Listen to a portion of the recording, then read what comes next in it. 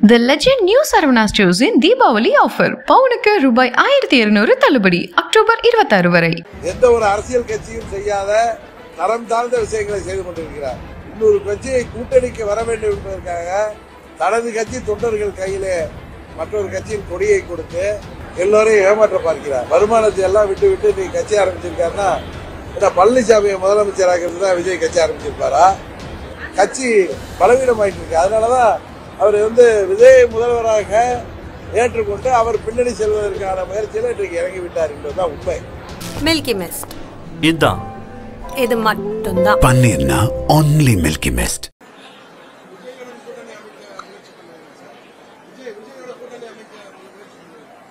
யாரோடையும் கூட்டணி அமைக்கணும்னு எந்த முயற்சியில் இல்லை.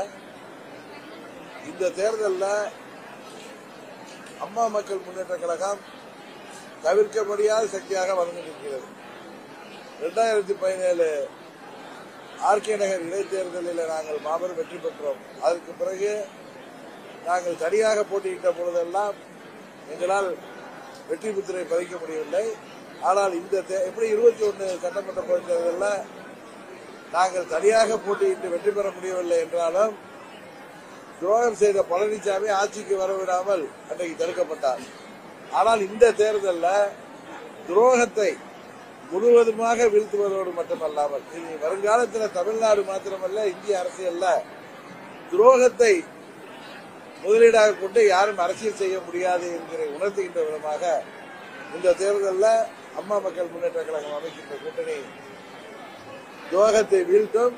அம்மா மக்கள் முன்னேற்ற கழகம் வெற்றி முத்திரை பதிக்கும்.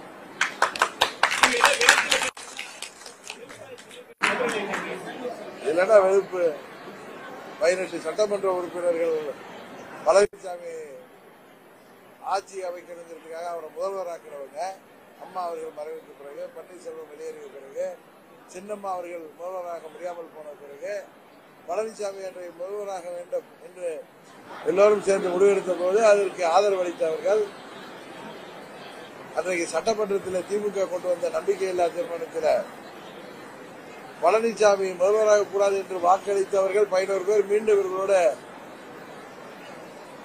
அமைச்சர்களாக சட்டமன்ற உறுப்பினர் தொடர்ந்தார்கள். ஆனால் பழனிசாமி முதல்வராக வேண்டும் என்பதற்காக வாக்களித்த 122 பேர்ல 18 பேர்களை அவர் துணை பொதுச்செயலாளராக இருந்த என்னை கட்சியை விட்டு நீக்கியதால் அதை கண்டித்து அவர்கள் இன்றைக்கு கவர்னரிடம் போய் முதலமைச்சர் மேல் எங்களுக்கு நம்பிக்கை இல்லை, வேறு முதலமைச்சரை மாற்ற வேண்டும், அரசாங்கத்தை கவிழ்க்கல்ல, அம்மா கொண்டு வந்த ஆட்சியை கவிழ்க்கல்ல, வேறு முதல்வரை தேர்ந்தெடுக்க வேண்டும், ஏற்கனவே நாங்கள் வாக்களித்து அவர் முதல்வராக இருக்கிறார் சட்டமன்றத்தில் அப்படின்னு மனு கொடுத்தவங்களை கொஞ்சம் கூட நன்றி உணர்வு இல்லாமல் அவர்களை பதவியில் இருந்து நீக்கம் செய்தவர் பழனிசாமி. அம்மா அவர்கள் கொடுத்த சட்டமன்ற உறுப்பினர் பதவியை நீக்கம் செய்தவர் பழனிசாமி.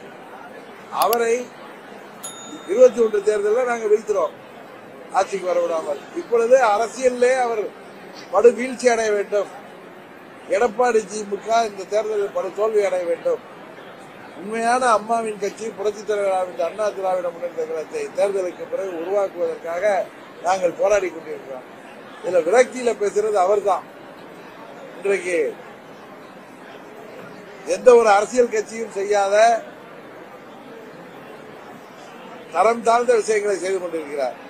இன்னொரு கட்சியை கூட்டணிக்கு வர வேண்டும் என்பதற்காக தனது கட்சி தொண்டர்கள் கையிலே மற்றொரு கட்சியின் கொடியை கொடுத்து எல்லோரையும் ஏமாற்ற பார்க்கிறார். என்ன இன்றைக்கு விஜய் அவர்கள் சினிமாவில உச்ச நட்சத்திரமாக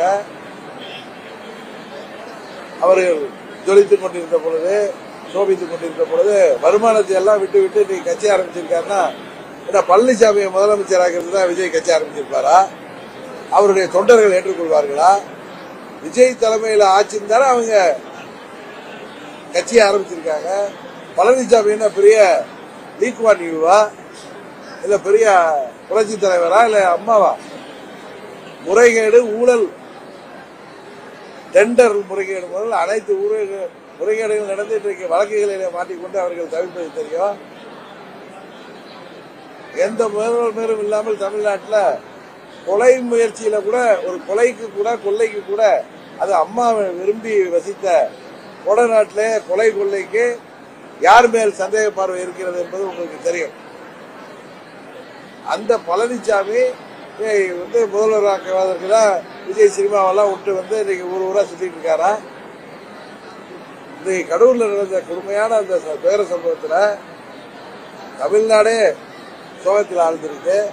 ஏதோ நமது உறவினர்களை, நண்பர்களை, சொந்தங்களை இழந்த மாதிரி, குறிப்பாக தாவேகா தொண்டர்களும் நிர்வாகிகளும், ஏன் அந்த தலைவர் விஜய் உட்பட மிகுந்த சோகத்தில் இப்படி ஒரு விபத்து நடந்து விட்டது என்று அவர்கள் வருத்தப்பட்டுக் கொண்டிருக்கிற நேரத்தில், இன்னும் சொல்ல போனா இளவு விழுந்த நேரத்தில் இவர் போய் அவர்களை நரித்தனமாக, குள்ளர் நரித்தனமாக அவர்களை கூட்டணிக்கு அழைக்கின்ற விதமாக செயல்படுவது துரோகத்தில் எப்பேற்பட்ட வகையை சேர்ந்தது. தாவேகாக்கூடிய இவர் கூட்டத்தில் இவர் தொண்டரை வச்சு பிடிக்க வைத்தது அம்பட்டமாக ஊடகங்கள்ல வெளிவந்தது. நாங்க சொல்லல. இன்னொன்று உண்மை தெரியுது. எடப்பாடி பழனிசாமி நாளொரு மேலையும் பொழுதொரு வண்ணமாக அவர் தலைமையில கட்சி பலவீனமாயிட்டு இருக்கு. அதனாலதான் அவர் வந்து விஜய் முதல்வராக ஏற்றுக்கொண்டு அவர் பின்னணி செல்வதற்கான முயற்சியில இன்றைக்கு இறங்கி விட்டார் என்பதுதான் உண்மை. அதுதானே கூட்டணிக்கு வரணும்னு அவரு அங்கே என்ன தெரியுது, பிள்ளையார் சொல்லி போட்டு விட்டார்கள். யாரு? இவங்க கட்சி தொண்டர். அதை கூட சரியா தெரிய பாருங்க. இவங்க கட்சியோடைய டி ஷர்ட்டை போட்டுக்கிட்டு தாவேகா கடையை இவங்க தொண்டர் கையில கொடுத்துட்டு பிள்ளையார் சொல்லி போட்டு விட்டார்கள் என்று யாரை ஏமாற்றுகிறார்? 24 பாராளுமன்ற தேர்தலில் இருங்க, நீங்க கேட்கிற கேள்வி எல்லாம் நான் பதில் சொன்னா உங்களுக்கு கேள்வியே இருக்காது. 24 பாராளுமன்ற தேர்தலில் அதுக்கு முன்பு ஆட்சியை காப்பாற்றி கொடுத்த பிஜேபிக்கு துரோகம் செய்துவிட்டு பாஜகவுக்கு முக்கியமான தேர்தல் பாராளுமன்ற தேர்தல். மோடி அவர்கள் பிரதமராக வேண்டும் என்று அவர்கள் எல்லாம் இந்தியா முழுவதும் போராடி கொண்டிருக்கிற போது அவர்களால் பல பலன்களை அடைந்த, கட்சியை காப்பாற்றிக் கொண்ட பழனிசாமி அவர் வாயிலே சொல்றாரு, நான் நன்றியோட இருப்பேன். நன்றினா கிலோ எவ்வளவுன்னு கேட்கிற பழனிசாமி, அவர்களுக்கு நன்றியா இருப்பேன் என்று கதை விடுகிற பழனிசாமி, ஒருவேளை விஜய் இவரோட கூட்டணி வந்தா பாஜக கூட்டணி இழிப்பாரா? 24 பாராளுமன்ற தேர்தலில் பாஜக விட்டு எதுக்கு வெளியேறினாரு? வெளியேறி என்னென்ன பேசினாரு? பாஜக ஆட்சி வந்தால் நாட்டுக்கு கெடுதல் பேசினாரு. பாஜக ஆட்சி அமைக்கவே முடியாதுன்னு பேசினாரு. இன்றைக்கு தன்னை மாற்றிக்கொண்டு பிஜேபி கூட்டணியில போய் 19 பேர் சேர்ந்திருக்காரு. ஏப்ரல் 11க்கு பிறகு பழனிசாமி தலைமையில அங்க போய் சேர்ந்த பிறகு அந்த கூட்டணியே இன்றைக்கு கிழக்கிற்கு போயிருக்கு. பழனிசாமி முதல்வராக ஏற்றுக்கொள்ள யாருமே தயாரில்லை. அமமுக மாத்திர தமிழ்நாட்டு மக்களே அந்த பழனிசாமிக்கு பேசுவதெல்லாம் நீங்க வைத்துக் கொண்டு பேசிக் கொண்டிருக்கிறீர்கள். நான் பல முறை பதில் சொல்லிட்டேங்க. இன்னைக்கு சப்ஜெக்ட சில பேர் ஊடகங்கள்ல பேசுறதாக சொன்னார்கள். எப்படி கிமு கிபி மாதிரி கரூருக்கு முன்ன கரூருக்கு பின்னா. கரூருக்கு முன்ன தாவேகா வந்து விஜய் அவர்கள் அவர்தான் முதலமைச்சர்னு இருந்த மனநிலை மாறி கரூர் அந்த கடுமையான மரணங்களுக்கு பின்பு அவரு அண்ணன் பழனிசாமி, மாமேதை பழனிசாமி தான் முதல்வர் ஆகணும்னு அந்த கூட்டணிக்கு வரப்போறாரு சில மேதாவிகள் பழனிசாமியின் ஏஜென்ட்டுகளாக பேசிட்டு இருக்காங்க. இவங்க எல்லாம் 24 பாராளுமன்ற தேர்தல் போது கோலாகலமா ஆடிட்டு இருக்கிறவங்க பாராளுமன்ற பொதுத் தேர்தலப்ப மோடியை விட்டு வெளியேறிய பழனிசாமியை பற்றி என்ன சொல்கிறார்கள்? இவர்கள் இன்னைக்கு காமு காப்பின்னு பேசுறவங்க 24 தேர்தலுக்கு முன்பு கூட இருந்த பழனிசாமி 24 பாராளுமன்ற தேர்தலுக்கு கூட இருக்கா ஓடினாரு. அப்பெல்லாம் இவங்க என்ன தூங்கிட்டு இருந்தாங்களா இல்ல செலக்டிவ் அம்னீசியாவா? இவர்கள் எல்லாம் உண்மையாவே பாஜகவின் ஆதரவாளர்களா? இல்லை, பழனிசாமியின் எடுபடிகளான தெரியல. என்ன கருத்தாக்கத்தை உருவாக்குறாங்க? காமு காப்பியா? அதெல்லாம் ஒரு பீ இல்லை. நன்றாக தெரியும் விஜய் அரசியலுக்கு வந்தது தமிழ்நாட்டில் மாற்றத்தை உருவாக்கணும். தாவேகாவுக்கும் திமுகவுக்கும் தான் போட்டின்னு சொன்னார். அதனால நான் நினைக்கிற பழனிசாமி அந்த மற்றவர்கள் விஜயோட தலைமை என்று அந்த கூட்டணிக்கு செல்கின்ற அளவிற்கு தான் இன்றைக்கு எடப்பாடி திமுக இடிஎம்கே பலவீனமாகி கொண்டிருக்கிறது தான் இதை காணும். கரெக்டு தானே? சூறை ஏறி கோழி பிடிக்க முடியாம இன்னைக்கு பானை ஏறி வைகுண்டம் போற மாதிரி இன்னைக்கு அவர்கள் கதை விட்டு கொண்டிருக்கிறார்கள். காமு காப்பி.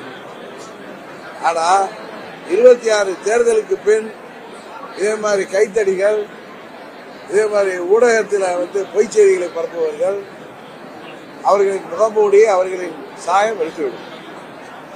வேற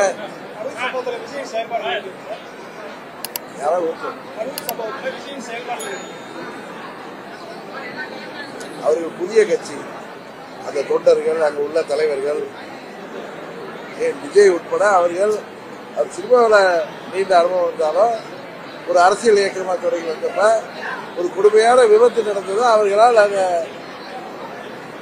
எப்படி சந்திப்பது என்பதில் பல மரணங்களை பார்த்தவுடன் அவர்கள் அதிர்ச்சியில குறைந்து போய்விட்டார்கள். இப்பொழுதுதான் அவர்கள் செயல்பட தொடங்கியிருக்காங்க. பொறுத்திருந்து பார்க்கணும் இதில் எப்படி செயல்படுறாங்க, அதுல எப்படி அவர்கள் இந்த கொடூர சம்பவத்தை எதிர்கொள்கிறார்கள். இந்த விபத்துல அவர்கள் தார்மீக பொறுப்பேற்க வேண்டும் சொன்னாங்க. அதாவது குற்றத்தை ஒப்புக்கொள்றது இல்லை. அந்த மீட்டிங் அவங்க நடக்கிற மீட்டிங்ல ஒன்று நடக்குது. நான் விளக்கமா சொன்னேன் அந்த தொண்டர்களுக்கு எல்லாருக்கும் புரியுற மாதிரி. இப்போ நாங்கள் காரில் வந்துட்டு இருக்கேன், என் கார் டிரைவரோட 35 வேகமாக இருக்கிறவர் தான். யாரோ ஒருத்தர் ரோட்ல இருந்து கார்ல அவராக விழுந்தா கூட அதுக்கு டிரைவர் ஓட்டிட்டு வந்தாலும் தார்மீக பொறுப்பு நான் ஏற்கிறேன். அதுபோல அந்த விபத்துக்கு தார்மீக பொறுப்பை அவர்கள் ஏற்கணும். ஏன்னா அவர்கள் கூட்டத்தில் நடந்தது. அதுக்காக குற்றத்தை ஒற்றுக்கொள்ளணுங்கிறது கிடையாது. அவர் மேல குற்றச்சாட்டை சொல்லல, யாருமே சொல்ல மாட்டாங்க. தமிழ்நாடு அரசாங்கமும் அவரை ஒன்றும் குறிவைத்து குற்றச்சாட்டு சொல்லல. தார்மீக பொறுப்பேற்று அவர்கள் 41 பேர் மரணம் அடைஞ்சப்போ அதுக்கு எஃப்ஐஆர் போறப்ப 2 பேரை கைது பண்ணிருக்காங்க. மற்றபடி யாரையோ அவங்க கைது செய்யல. அதனால இதுல நான் சொல்ல வர்றது, நீங்க கேட்ட கேள்வி தாவேக்காவின் செயல்பாடு கரூர் சம்பவத்தில் எப்படி பொறுத்து இருக்கு பாருங்க. தமிழகத்தை காக்க தமிழரின் பயணம் என நயனார் நாகேந்திரன்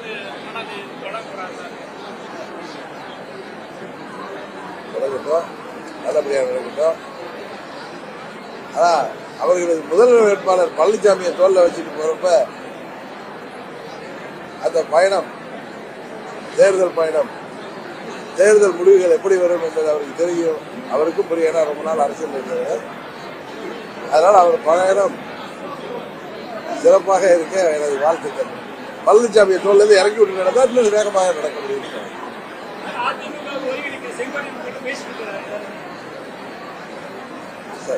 செங்கோட்டையை தான் மீடியாலே சொல்லிட்டாரு, எல்லாரும் ஒன்றிணைன்னு.